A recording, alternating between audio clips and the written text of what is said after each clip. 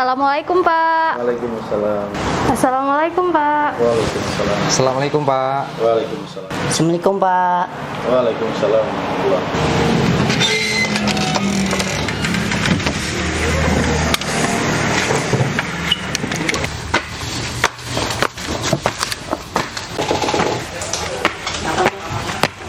Satu dua ini ada belum lupa saya. Yang notebook itu loh, notebook asal.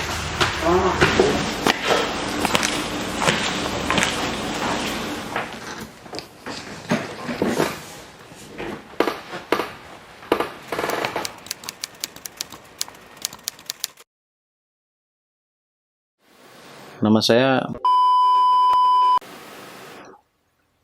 dulu bekerja di salah satu bank BUMN di wilayah Lampung, dan posisi terakhir saya adalah asisten manajer pemasaran.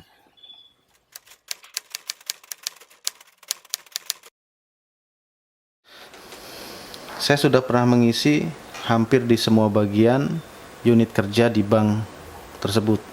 Saya pernah di bagian pelayanan, di bagian akuntansi, di bagian administrasi, dan juga pernah di bagian marketing, baik lending maupun funding. Dan pernah menjadi pejabat sementara sebagai pemimpin di cabang pembantu.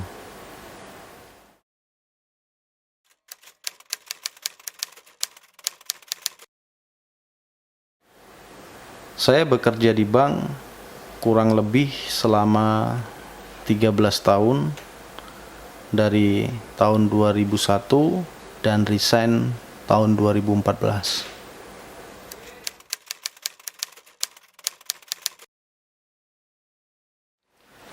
Penghasilan saya dan istri saya yang juga bekerja di salah satu bank BUMN yang berbeda, ya lumayan besar total setiap bulannya.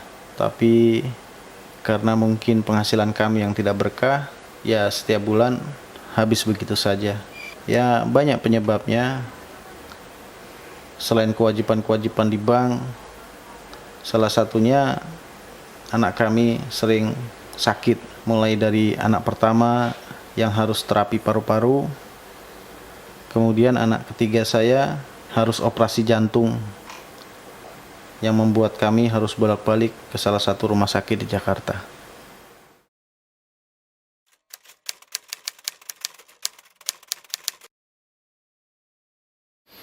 Pertama kali saya tahu bahaya riba itu dari kajian di TV Islam. Awalnya sih karena TV di rumah saya itu gambarnya tidak pernah bagus ya, jika dipasang antena biasa yang UHF itu. Sampai suatu ketika saya pernah belikan besi ya, supaya antena itu jadi tinggi dengan harapan gambarnya bisa lebih bagus. Tapi apa yang terjadi, usaha saya itu tidak membuahkan hasil, dan gambarnya tetap saja tidak bagus.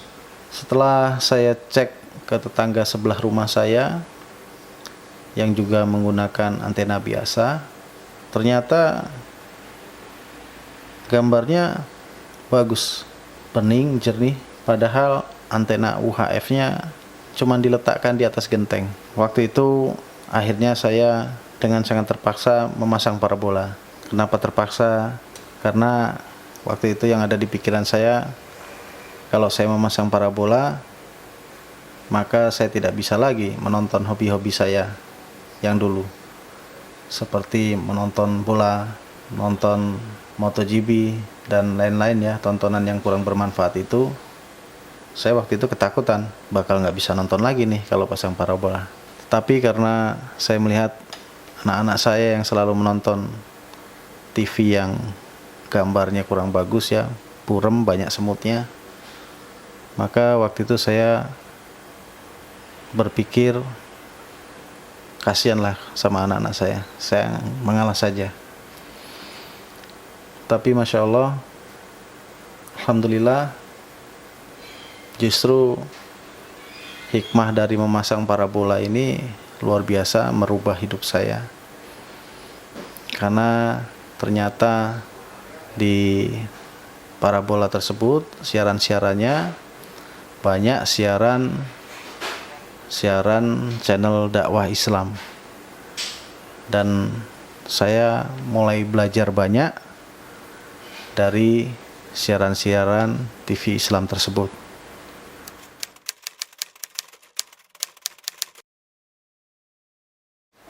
Sebenarnya pertama saya resign dari pekerjaan riba, saya belum terlalu paham tentang riba, karena waktu itu memang pekerjaan di bank itu luar biasa, menguras waktu kita. Habis waktu kita di bank itu, kita berangkat pagi ya, mungkin waktu itu kalau yang saya jalankan itu 5:30 itu saya sudah berangkat kerja, dan pulangnya malam, habis maghrib itu paling cepat.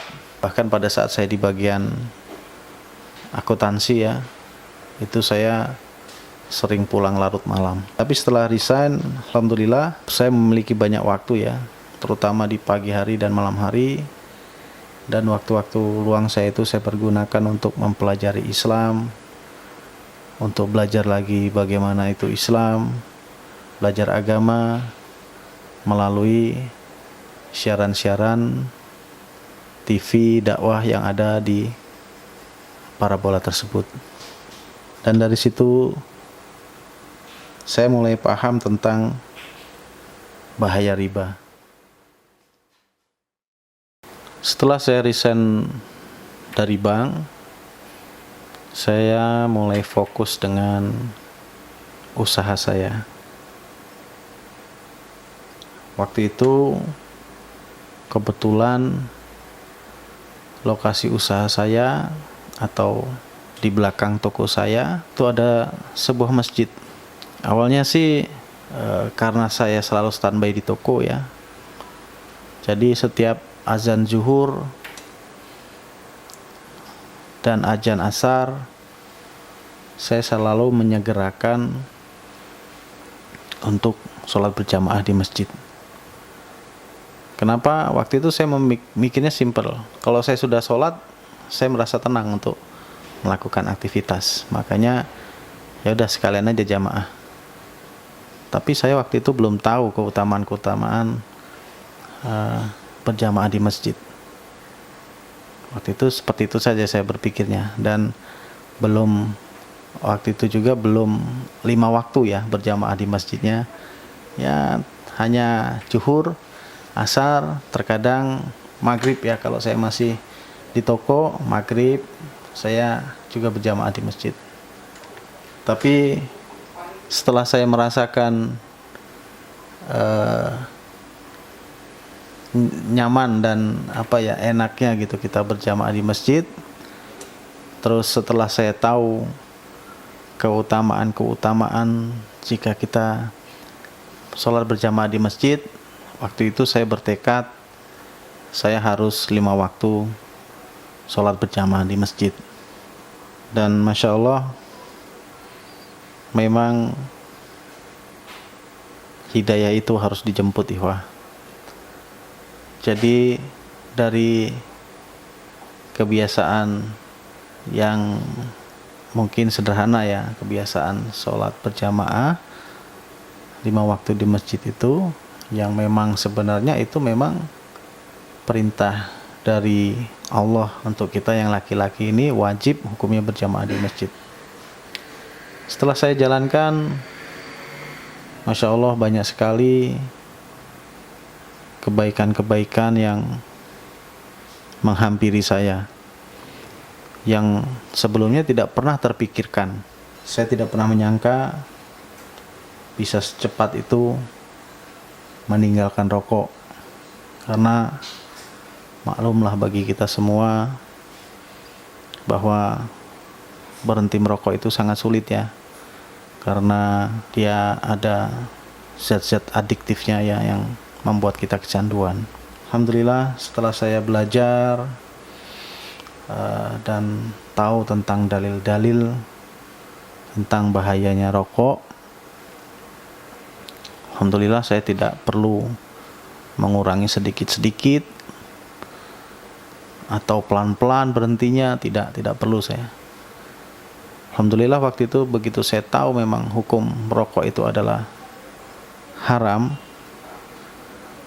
dengan 10 dalil waktu itu ya di kajian salah satu TV dakwah Islam ya, saya mengikuti di TV, ada 10 dalil tentang larangan atau tentang haramnya rokok. Dan waktu itu saya setelah saya simak ya, saya nggak hafal semua sih, tapi benar memang dalil-dalil itu ada dari Al-Quran dan hadis. Tapi yang sangat menancap di hati saya itu ada 2 dalil ya, ada 2 dalil yang sangat membekas atau menancap di hati saya sehingga saya bisa meninggalkan rokok. Yang pertama dalilnya di Quran surat Al-A'raf ayat 157 yang bunyinya Allah menghalalkan bagi mereka segala yang baik dan mengharamkan bagi mereka segala yang buruk. Pertanyaannya, jika itu ditanyakan kepada kita tentang rokok ini baik atau buruk, ya hanya orang-orang yang munafik ya kalau bilang rokok ini baik. Pasti semuanya bilang rokok ini buruk. Bahkan dari pemerintah kita juga sudah memberikan peringatan di kotak rokok itu bahwa rokok itu bisa membunuh kita. Dan satu lagi dalil yang saya masih ingat itu dan membekas di hati saya itu adalah Quran surat An-Nisa ayat 29 yang berbunyi, dan janganlah kamu membunuh dirimu, sesungguhnya Allah adalah Maha Penyayang kepadamu. Dari 2 dalil ini saya waktu itu langsung meniatkan dalam hati, ya Allah, saya takut kepadamu karena rokok ini haram, dan saya bertobat, saya meminta ampun atas dosa-dosa saya dulu, dan saya akan berhenti merokok besok. Dan alhamdulillah itu bisa berhenti. Dan waktu itu ya banyak orang bertanya, ya kok bisa gitu. Ya saya jawab bisa setelah saya tahu hukumnya. Dan semua saya tinggalkan karena saya takut kepada Allah. Nah, itu salah satu kebaikan yang saya rasakan ya. Tentunya banyak sekali kebaikan-kebaikan lain yang Allah berikan kepada saya setelah saya meninggalkan riba, bertobat. Ya, salah satunya lagi mungkin yang kebanyakan orang juga mengalaminya ya, itu adalah mendengarkan musik. Bagi saya musik itu waktu itu ya seperti apa ya, teman lah ya, sehari-hari setiap saat saya mendengarkan musik. Bahkan kalau orang lain tuh berat meninggalkan musik tuh ada juga beberapa yang karena dia cuma mendengarkan musik, karena dia hobinya cuma mendengarkan gitu, mendengarkan indahnya musik. Tapi kalau saya bukan cuma pendengar, tapi saya juga adalah pemain alat musik. Masya Allah, saya dulu bermain alat musik ya. Semoga Allah mengampuni saya. Yang saya lakukan sejak duduk di SMP sampai saya kuliah. Dan saya juga tidak menyangka setelah saya meninggalkan riba, resign dari riba dan belajar tentang agama Islam di TV-TV dakwah Islam. Waktu itu saya masih belajarnya di TV. Saya mendapatkan kebaikan dari Allah sehingga saya bisa mencampakkan hawa nafsu saya untuk meninggalkan musik.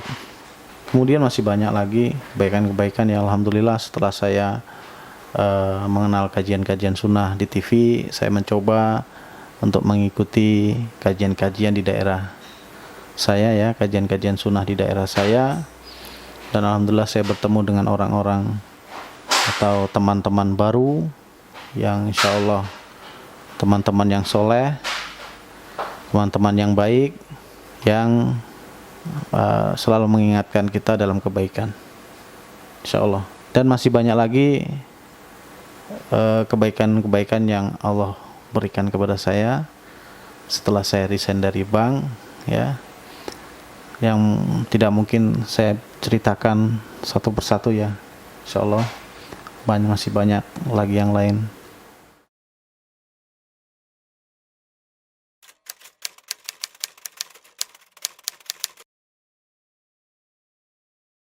Kalau dari keluarga saya sih, alhamdulillah, waktu saya resign, mereka bisa menerima. Alhamdulillah, mereka sudah tahu tentang bahayanya riba. Dan memang dari kakak saya ya, dan adik-adik saya juga, mereka juga sudah berusaha untuk meninggalkan riba. Sehingga pada saat mereka tahu saya akan meninggalkan riba, malah mereka mensupport saya, dan tidak ada protes ya dari mereka. Alhamdulillah, termasuk ibu saya juga menerima saya untuk keluar dari bank ya. Walaupun kalau beliau sih awalnya mungkin karena status anaknya ya, mempertahankan status anak, tapi setelah saya berikan pengertian tentang bahaya riba, beliau bisa menerima. Dan justru penolakan yang termasuk cukup keras ya dan cukup alot ya, itu malah datang dari istri saya dan keluarganya. Waktu itu pernah suatu saat saya pulang dari kantor ya, pulang agak malam, itu kurang lebih jam 9 malam, terus kemudian saya mandi dan lain-lain. Setelah itu saya ngobrol dengan istri saya tentang rencana saya untuk meninggalkan riba. Masya Allah, karena obrolan waktu itu mungkin sangat seru ya, jadi sampai dengan diskusi kami itu sampai dengan masuk azan subuh. Masya Allah, tidak terasa kami disadarkan waktu itu sama azan subuh. Saking serunya kami berdiskusi ya, saking serunya mungkin dia mengajukan argumen-argumennya kenapa saya harus tetap bertahan di bank dan lain-lain. Dan waktu itu saya tetap dengan keputusan saya, dan karena saya tahu lah ya, mungkin waktu itu dia juga tidak terlalu paham ya. Jadi waktu itu saya selalu membimbing dia, terutama pada saat di TV-TV di Islam ya, TV-TV kajian Islam yang ada di parabola itu di rumah saya. Saya membimbing dia untuk selalu mengikuti. Waktu itu ada ustadz ya yang sangat kami tunggu-tunggu ya. Beliau selalu membahas riba. Nah, kalau ada ustadz tersebut, kami selalu panggil tuh. Misalnya saya yang lagi di depan TV, saya selalu manggil istri saya. Dan kalau dia yang lagi di depan TV, dia selalu manggil saya untuk mengajak untuk mengikuti kajian itu dari awal. Begitu terus. Alhamdulillah, perlahan-lahan ya istri saya sudah mulai menerima ya.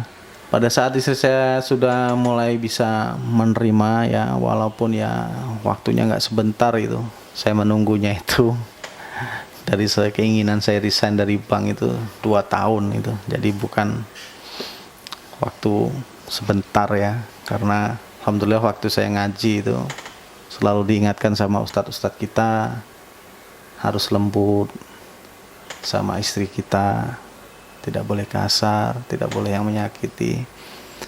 Jadi waktu itu saya ya bisanya hanya bersabar dan selalu mengajak dia untuk mengikuti kajian-kajian yang membahas tentang bahayanya riba.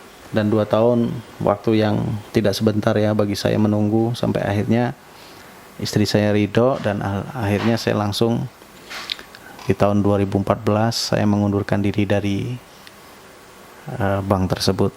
Kalau dari keluarga istri saya ya, terutama kedua mertua saya waktu itu masih belum menerima. Cuma keriduan istri saya ini sudah cukuplah saya untuk segera meninggalkan bank tersebut, ya tentunya tetap tanpa mengurangi hormat saya kepada kedua mertua saya ya.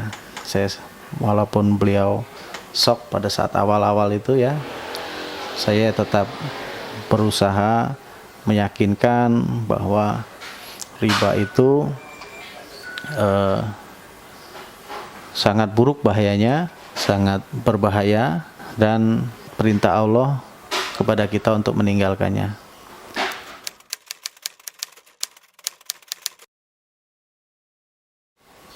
Saya sekarang berjualan peralatan komputer, laptop, printer, dan peralatan IT lainnya. Toko saya terletak di Jalan Ahana Sution, nomor 67 Kota Metro.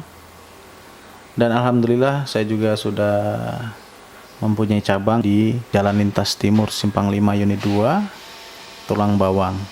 Yang sebenarnya bisnis ini sudah saya tekuni dari sebelum saya resign. Dan alhamdulillah saya juga membuka bisnis kurma dan oleh-oleh haji di Jalan Ahana Sution nomor 94 Kota Metro. Serta saya juga aktif dalam kegiatan di salah satu TV dakwah Islam.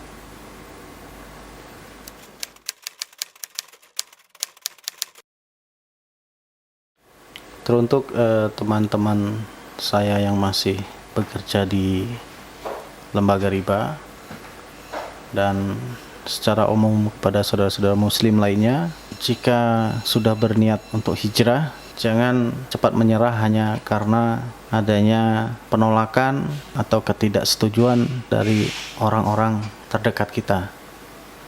Seperti yang saya sudah ceritakan tadi, seperti istri dan mungkin orang tua atau mungkin kedua mertua kita.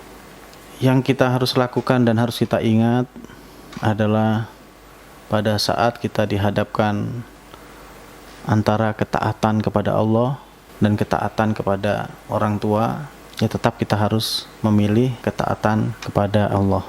Dan yang harus kita ingat juga dan harus kita perhatikan pada saat kita akan mentaati perintah Allah, yang mungkin orang tua kita tidak menyetujuinya, dan mungkin ya kita akan dibilang anak durhaka, dan itu ya kami alami. Kami juga sudah disebut anak durhaka pada saat kami meninggalkan pekerjaan riba.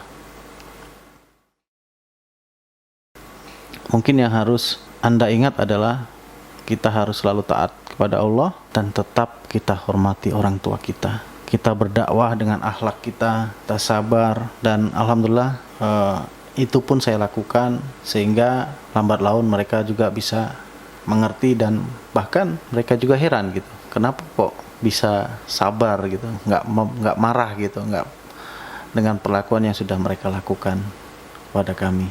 Jadi intinya saya berpesan, jangan mudah menyerah hanya karena istri tidak setuju, orang tua tidak setuju, langsung mundur. Jangan. Ya, ingatlah, yang kita akan taati itu adalah Allah dan Rasulnya. Sebenarnya kita tidak usah heran ya, karena Rasulullah Shallallahu Alaihi Wasallam sudah mengingatkan kita dari jauh-jauh hari ya, dari ribuan tahun yang lalu. Kata Rasulullah Shallallahu Alaihi Wasallam, akan datang suatu zaman di mana orang yang berpegang teguh kepada agamanya seperti orang yang menggenggam bara api. Hadis riwayat Tirmizi nomor 2260. Kalau kita mau berpikir secara logika ya, sebenarnya kita tidak usah heran, apalagi sampai mundur dari rencana hijrah kita meninggalkan riba, hanya karena orang-orang terdekat kita memusuhi kita, menghalangi kita. Ini saya ingatkan kembali karena banyak kejadian seperti ini. Banyak teman-teman saya yang curhat ke saya, menyampaikan bahwa karena istrinya belum siap, karena orang tuanya melarang dan lain-lain, akhirnya dia mengorbankan ketaatannya kepada Allah, mengorbankan perintah Allah yang sudah jelas untuk kita meninggalkan riba. Kemudian untuk saudara-saudaraku yang masih bekerja di bank, biasanya niat kita tertahan itu selain yang sudah saya sebutkan tadi, ini juga pernah saya alami juga, niat kita tertahan untuk hijrah itu karena hutang-hutang kita. Biasanya lembaga ribawi ini juga tidak mau tinggal diam dia. Tidak akan membiarkan kita keluar dengan menyisakan hutang atau fasilitas pegawai yang dulu kita ditawarin sama mereka. Ditawarkan dari mereka untuk kita mengambil fasilitas pegawai. Dan memang sangat menggiurkan ya, bunganya sangat rendah. Sehingga kita akhirnya hutang kita numpuk. Sehingga pada saat kita akan resign, kita diwajibkan harus lunas. Tidak bisa tidak. Dan itu menjadi syarat dari bank tersebut. Sebelum kita keluar, kita harus melunasi. Karena hal tersebut, akhirnya kita jadi urung meninggalkan riba. Karena sebenarnya pada saat kita berniat meninggalkan riba atau kita ingin bertobat, dan misalnya kita masih mempunyai hutang riba, maka insya Allah dosa-dosa riba kita akan berhenti. Insya Allah. Yang penting kita taubat ya, bertobat yang benar ya, artinya tidak mengulanginya lagi, dan kita yakin dan minta selalu kepada Allah, berdoa kepada Allah untuk dapat melunasi hutang-hutang kita itu. Untuk saudara-saudaraku yang sudah berhijrah dari riba, semoga selalu istiqomah. Berdoalah selalu kepada Allah untuk mengokohkan hati kita di atas agamanya yang hak ini, agama Islam. Seperti doa yang selalu Nabi kita ajarkan kepada kita, Ya muqallibal qulub, sabit qalbi ala dinik. Ya Allah yang maha membolak-balikan hati, kokohkan hatiku di atas agamamu. Dan itu harus sering-sering kita ucapkan doa tersebut, karena kita tidak tahu ke depan hati kita seperti apa. Perbanyak doa tersebut di setiap sujud kita. Semoga kita istiqomah di jalan yang lurus. Kemudian untuk saudara-saudaraku yang sudah berhijrah, tolong diingat satu hal ya. Biasanya terjadi di awal-awal hijrah. Di Quran surat Al-Maidah ayat 2, dan janganlah kamu tolong-menolong dalam berbuat dosa dan kemaksiatan. Ini biasanya terjadi ya pada yang baru-baru hijrah dari bank. Dan ini terutama terjadi pada saya dulu. Di awal-awal resign saya, banyak sekali nasabah-nasabah yang menelpon saya, meminta tolong kepada saya untuk dikenalkan dengan pengganti saya, meminta tolong untuk dikenalkan dengan si fulan dan si fulan. Awal-awal saya tidak menyadari ya, sebelum saya mengetahui atau sebelum saya diingatkan oleh ayat tersebut pada suatu kajian. Awal-awal saya dengan santai ya menjawab dan mencoba membantu gitu. Karena saya tidak tahu bahwa hal itu termasuk dalam tolong-menolong dalam perbuatan dosa. Jadi hal-hal tersebut juga kita harus tinggalkan. Ya, karena setan ini mencoba menggoda kita dari berbagai sudut ya, dan dengan berbagai cara.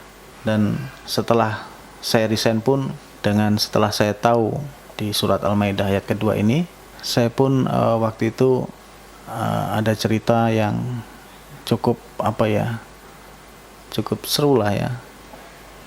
Karena waktu itu ada satu ruko saya yang disewa oleh bank konvensional. Jadi Masya Allah memang godaan itu memang, dan setan itu sudah membuat tipu daya yang luar biasa pada saat itu. Dan Anda harus tahu bahwa setan itu tidak akan pernah berhenti untuk berusaha mengembalikan kita di posisi kita dulu, untuk melakukan dosa-dosa riba dan lain-lain. Yang saya alami waktu itu, mulai dari si penyewa ini, bank konvensional ini, berusaha membujuk saya dengan segala macam cara, dengan menaikkan harga sewanya yang tadinya cuma 3 tahun dibuat jadi 5 tahun, yang akhirnya waktu itu sampai totalnya sewa yang akan dibayarkan kepada saya itu sejumlah 350 juta rupiah. Dan itu jumlah yang sangat menggoda saya, yang sangat menggiurkan, karena di saat itu saya bukannya orang yang nggak butuh uang. Saya masih membutuhkan uang untuk melunasi sisa-sisa riba saya. Dan selain jumlah nominal yang ditawarkan itu, sewa yang seyogyanya itu jatuh di bulan Desember di tahun itu akan mereka bayarkan di awal tahun atau pada saat itu di bulan Februari akan mereka bayarkan.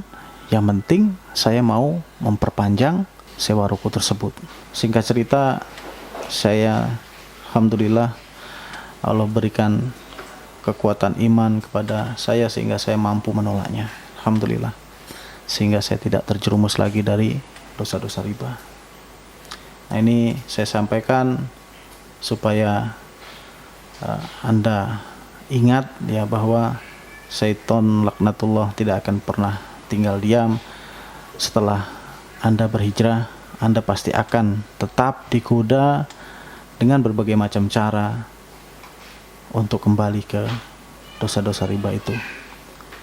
Dan untuk seluruh kaum muslimin, saya ingin berpesan ya, dari pengalaman pribadi saya ini, bahwa hidayah itu haknya Allah untuk diberikan kepada siapapun.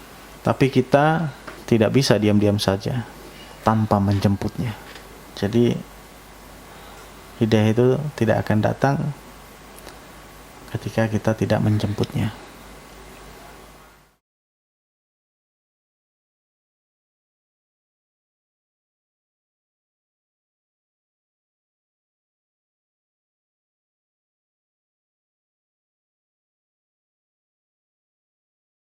ومن يهاجر في سبيل الله يجد في الأرض مراغما كثيرا وسعة